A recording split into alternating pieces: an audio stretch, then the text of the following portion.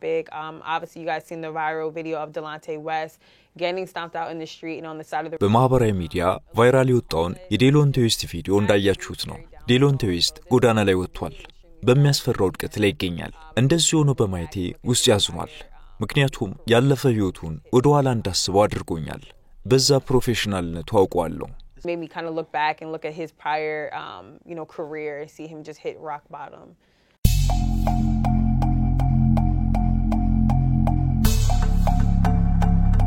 ማንንም የቆመ ቢመስለው እንዲወድቅ ይጠንቀቅ እንደሚል መጽሐፉ ዴሎንቴ ዌስት ጎዳና ላይ ከመውጣቱ በፊት በባንክ አካውንቱ ከ$16 ሚሊዮን በላይ የነበረው የ12.8 ሚሊዮን የተጫዋችነት ጉል የገባ እጅግ ቅንጡ ህይወት የሚኖር ቤተሰቡንም አንድ ላቆ የሚያኖር ኮከብ የኤንቢኤ የቅርጫት ኳስ ተጫዋች ነበር።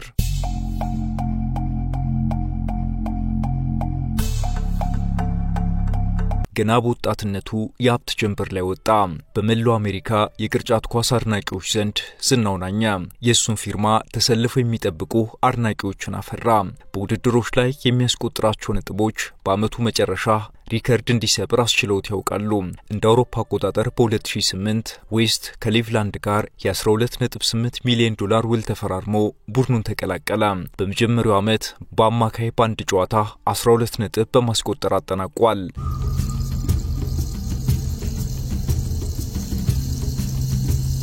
የቅርጫት ኳስ ኮከብነቱ ዝናን ከሀብት ጋር ቢያጎናጽፈውም እነዚህ ሁሉ ነገሮች ግን ዴሎንቴ ዌስት ጋር አብረውት ብዙ አልዘለቁም። በተለይም 2008-2009 ላይ ዝናውን መሸከም አቅቶ ተንገዳገደ። 2008 ላይ በድብቅ ከያዘው የአደንዛዥ ሱሰኝነቱ ጋር አሳለፈ። 2009 ላይ የትራፊክ ህግ ጥሶ ሞተር ብስክሌት ሲያሽከረክር በፖሊሶች ተያዘ። ሲፈተሽ 3 ህገወጥ የጦር መሳሪያዎች ተገኙበት። በፍርድ ቤት ሲጠየቅ የሚከታተሉኝ ጠላቶች አሉብኝ ራሴን ልጠብቅበት ነው ሲል መለሰ። ዴሎንቴ ዌስት እንዲህ በማለቱ ከፍርድ አላመለጠም። የ2 ወራት እስርና ለ8 ወራት ማህበራዊ አገልግሎት እንዲሰጥ ተፈረደበት። ከዚሁም ጋር በተገናኘ ከልጁ እናት ጋር ተለያየ።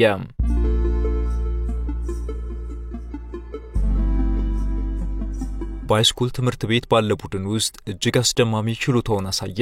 በዛን አመት የአመቱ ምርጥ የቅርጫት ኳስ ተጫዋች ተብሎ በዋሽንግተን ፖስት ተመረጠ። በዴሎንቴ አስደማሚ ብቃት የሚጫወትበት ቡድን ወደ ሻምፒዮንሺፕ ወደ ትልቁ ውድድር እንዲገባ አስቻለው። ዴሎንቴ ዌስት የሃይስኩል ትምህርቱን ባጨረሰም ከሚጫወትበት የሃይስኩል ቡድን ወጥቶ ለሴንት ጆሴፍ ዩኒቨርሲቲ መጫወት ጀመረ።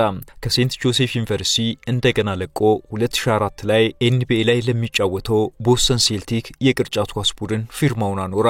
ኤንቢኤ ማለት የእንግሊዝ ኳስ ፕሪሚየር ሊግ እንደሚባለው ሁሉ የአሜሪካ ትልቁ ወይንም ዋናው የቅርጫት ኳስ ውድድር ናሽናል ባስኬትቦል አሶሲዬሽን ወይንም በምህጻረ ቃሉ ኤንቢኤ ይባላል። በአሜሪካ አንድ የቅርጫት ኳስ ተጫዋች ትልቁ ህልሙ የኤንቢኤ ውድድር ላይ ለሚሳተፍ ቡድን መጫወት ነው። ዴሎንቴ በዚህ በኩል ህልሙን ማሳካት ቻለ።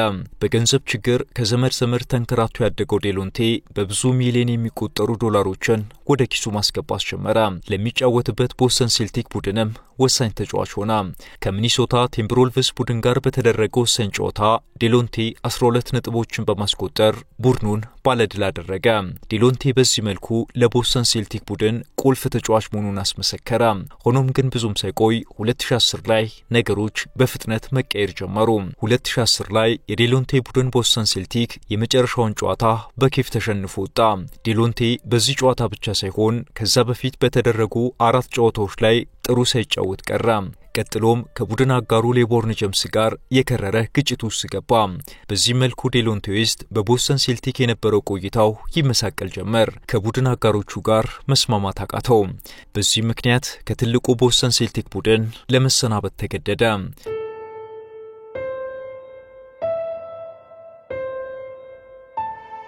በከፍተኛ ቡድኖች ደረጃ ፈላጊ ያጣው ዴሎንቴ ዌስት ከከፍተኛው የኤንቢኤ ሊግ ወርዶ ባንዴ በትናንሽ የቅርጫት ኳስ ቡድኖች ውስጥ መጫወት ጀመረ። 2015 የዴሎንቴ የመጨረሻው የቅርጫት ኳስ ህይወቱ መደምደሚያ ነበር። ዴሎንቴ ከስፖርቱ ዓለም የተገለለው በባህሪ ችግር እንጂ እድሜው ገፍቶ አልነበረም። ከልጅነቱ ጀምሮ በነበረበት ቢፖላር ዲስኦርደር በተባለ ስነ ልቦና ህመም መሰቃየት ጀመረ። ቢፖላር ዲስኦርደር በሰዎች የስሜት መታወክ የሚፈጠር የአእምሮ ህመም እንደሆነ ባለሙያዎች ያስረዳሉ። የሚያልቅ የማይመስለው በሚሊዮኖች የሚቆጠር ገንዘቡና ሀብቱ ከእጁ ያመለጠ ሄደ። ገቢው ቆመ። ባደንዛዥ ዕፅና አልኮል ወጪው በብዙ ጥፍ ጨመረ። ብቸኝነት ከቤተሰብ ውጭ መሆኑ ውድቀቱን አፋጠነው። ዌስት የስነ ልቦና ችግሩ ተባብሶበት በቦስተን በሚገኝ ሆስፒታል በር ላይ ባዶ እግሩን ቆሞ የሚያሳይ ፎቶ በማህበራዊ ሚዲያ ተለቀቀ። ለአንድ ሰሞን ትላልቆቹ የአሜሪካ መገናኛ ብዙሃን ሳይቀሩ ዜናውን አራገቡት። ከዛ በኋላ ዴሎንቴ ዌስት የት ይውደቅ የሚያውቅ ሰው አልነበረም።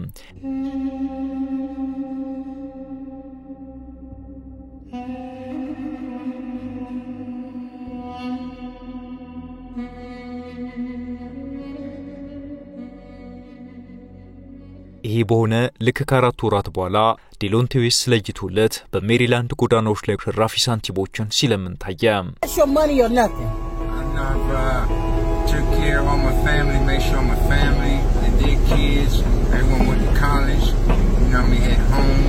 And they don't do nothing for you.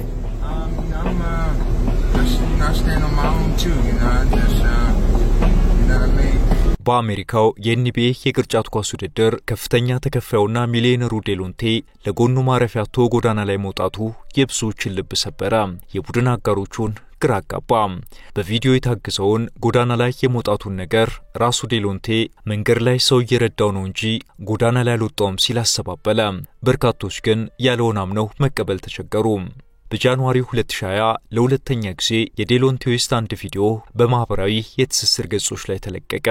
በቪዲዮ ላይ አንድ ማንነቱ ያልታወቀ ሰው ዴሎንቴን ጎዳና ላይ ክፉኛ ሲደበድቡ ያሳያል። ዴሎንቴም ፈጽሞ ጤንነት በማይታይበት ሁኔታ እየጮህና ከሰውየው ጋር ሲታገል ያሳያል። እነዚህ የዴሎንቴን አስከፊ ሕይወት የሚያሳዩ ቪዲዮዎች በማህበራዊ የትስስር ገጾች ከተለቀቁ በኋላ የኤንቢኤ የቅርጫት ኳስ ተጫዋቾች ሊረዱት ተንቀሳቀሱ። ድጋፍ እንዲያገኝም ቅስቀሳ ማድረግ ጀመሩ። በዚህ መሰረት ለጊዜ የሚሆን ገንዘብ ከማግኘቱም በላይ በቦስተን ሴልቲክ የቅርጫት ኳስ ቡድን ውስጥ ስራ እንዲያገኝ ያደረጉት። ዴሎንቴ ግን በውስጡ ባለ የስነ ልቦና ቀውስ የስራ ዕድሉን ሳይጠቀምበት ቀረ። ሁሌም ያረፍዳል፣ ስራውን በትክክል አይሰራም፣ ሌላም ነገር እንደዛው። በዚህ ምክንያት ቦስተን ሴልቲክ መልካሙን ሁሉ ተመኝቶለት ከስራው አሰናበተው።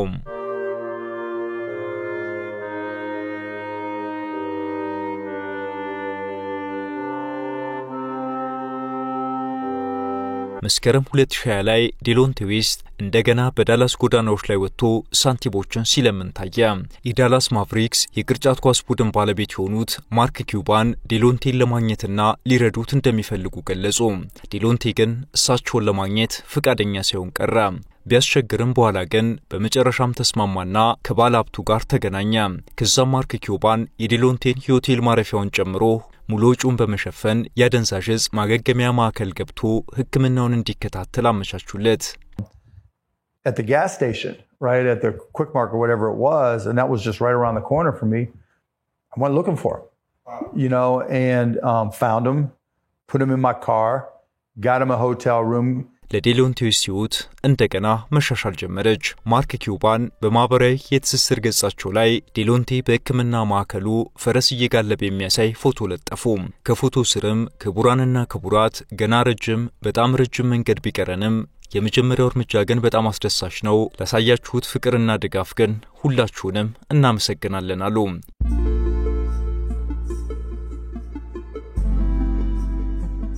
ዴሎንቴ ዌስት ጤናው በመሻሻል ባለበት ለሕክምና በገባበት ማዕከል ውስጥ ስራ እንዳገኘ በመገናኛ ብዙሃን ተዘገበ። ኤንቢኤ ላይ የሚጫወቱ ተጫዋቾችም ሆነ አድናቂዎቹ እረፍት አገኙ። ከዛ ግን አንድ ወር ባልሞላ ጊዜ ውስጥ ዴሎንቴ ዌስት ጥሩ ባልሆነ ዜና ስሙ ሚዲያዎች ላይ ተነሳ። በእጁ መጠጦችን ይዞ ፍሎሪዳ የሚገኝን አንድ የፖሊስ ጣቢያን በር ሲደበድብ ተገኘ። ፖሊሶች ከውስጥ ወጥተው ሊያስቆሙት ቢሞክሩም ዴሎንቴ አስቸገረ። እኔ ከማይክል ጆርዳንና ሌቦርን ጄምስ የተሻልኩ ተጫዋች ነኝ እያለ ደጋግሞ ይጮህ ነበር። በአንድ ወቅት የቅርጫት ስፖርቱን ዓለም ይቆጣጠራል ተብሎ ተስፋ ተጥሎበት የነበረው ዴሎንቴ ዌስት በዚህ ሁኔታ መመልከት የብዙዎችን ልብ ሰብሯል። አሁንም ቢሆን የ40 ዓመቱ ዴሎንቴ ዌስት ወደ ሙሉ ጤናው ተመልሶ ወደሚወደው የቅርጫት ኳስ በማንኛውም መልኩ እንዲመለስ የበርካታ ወዳጆቹና አድናቂዎቹ ጸሎት ነው። ነገሮች ግን ለዴሎንቴ ቀላል አልሆኑም። ዌስት ለዓመታት ከአእምሮ ጤና ከአደንዛዥ ሱስ ጋር ሲታገል ቆይቷል። እጅግ በሚያሳዝን ሁኔታ ያለ ዕድሜው ገና ገና በኮከብነቱ አጋማሽ ላይ ከቅርጫት ኳስ ተገለለ።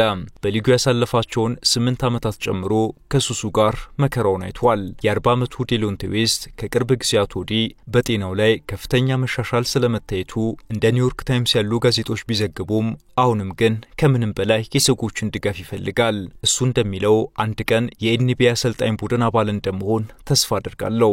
2 ልጆች አሉኝ። ሰዎች ይችላሉትን ያህል ሊረዱኝ ይችላሉ ብዬ አስባለሁ። ምክንያቱም እንደ አባት ለልጆቼ ማድረግ ያለብኝን ነገር ማድረግ ይኖርብኛል ይላል።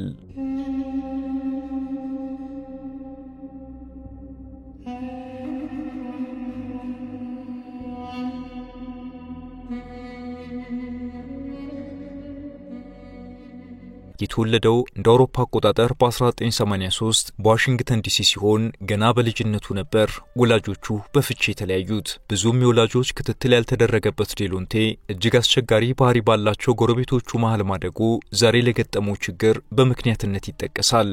ወላጆቹ ከመለየታቸውም በላይ በከፋ ድህነት ውስጥ በመኖራቸው ዴሎንቴ ዌስት ገና በልጅነቱ በቅርብ ዘመዶቹ ቤት እየተዘዋወረ ለመኖር ተገደደ። በዚህም አንድ ቦታ ላይ ለረጅም ጊዜ ቆየበት አጋጣሚ አልነበረም። ዴሎንቴ ገና በታዳጊነቱ አንዳንድ የአእምሮ ህመም ምልክቶች ይስተዋሉበት ነበር። በ12 ዓመቱ እግሩ ላይ ባጋጠመው ጉዳት ከሚያዘወትረው የቅርጫት ኳስ ራቀ። እሱ ደግሞ ከማንም ጋር አብሮ ለመዋል ባህሪው የሚገጥም ስላልነበር ለሱ ቅርጫት ኳስ ህይወቱ ከብሶቱ መደበቂያውና መዝናኛው ነው። ልዩ ተሰጥኦን የተመለከቱ የሰፈሩ ልጆች እሱን የቡድናቸው አባል ለማድረግ ይሽቀዳደሙ ነበር። በደረሰበት ጉዳት ምክንያት ግን ከቅርጫት ኳስ በመራቁ በድብርትና በብቸኝነት ይሰቃይ ጀመር። በዋናነት ትምህርት ቤት ይሄድ የነበረው ቅርጫት ኳስ ለመጫወት ነበር።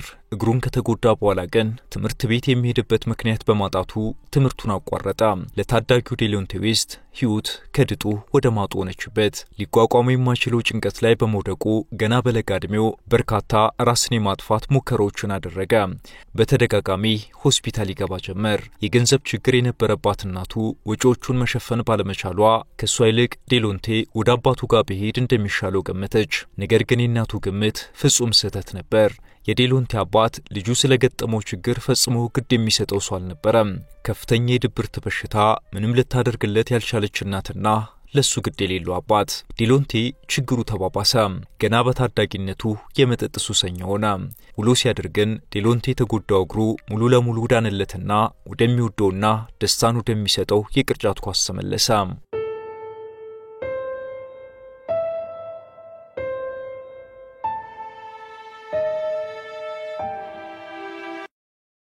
በአልኮልና ባደንዛዥ ዕፅ እንዲሁም በሌሎች ሱሶች ምክንያት በየዓመቱ በሺዎች የሚቆጠሩ አሜሪካውያን ሲሞቱ ለሚሊዮኖች ሕይወት መመሰቃቀል ደግሞ ምክንያት ሆኗል። ወደ 21 ሚሊዮን የሚጠጉ አሜሪካውያን ቢያንስ አንድ ሱስ አለባቸው። ነገር ግን 10 በመቶ የሚሆኑት ብቻ ሕክምና ይከታተላሉ። 300 ሚሊዮን ሕዝብ ባላት አሜሪካ ሱስ እጅግ አሳሳቢ የሆነ በመምጣቱ እንደ አውሮፓ አቆጣጠር በ2020 ሱስን ከመከላከልና ከማከም ጋር ለተያዙ ስራዎች የሚውል በፌደራል የሚበጀተው በጀት ወደ 35 ቢሊዮን ዶላር ደርሷል። በመላው አሜሪካ ወደ 10 ሚሊዮን የሚሆኑ ሰዎች ከአደንዛዥ ዕፅ ጋር በተገናኘ የአእምሮ ህመም ያለባቸው ናቸው። በአልኮል ሱስ ብቻም በአሜሪካ በየዓመቱ 95000 ሰዎች ህይወታቸውን ያጣሉ። ሰክረው በሚያሽከረክሩ ሰዎች ምክንያት በዓመት 10500 ሞት የሚያስከትሉ የትራፊክ አደጋዎች ይደርሳሉ። በአጠቃላይ በዓመት 475000 ሰዎች ለሞት የሚደረጉት በአልኮል መጠጥ በሚመጡና ረጅም ጊዜ በሚቆዩ የጤና ችግሮች ምክንያት ነው።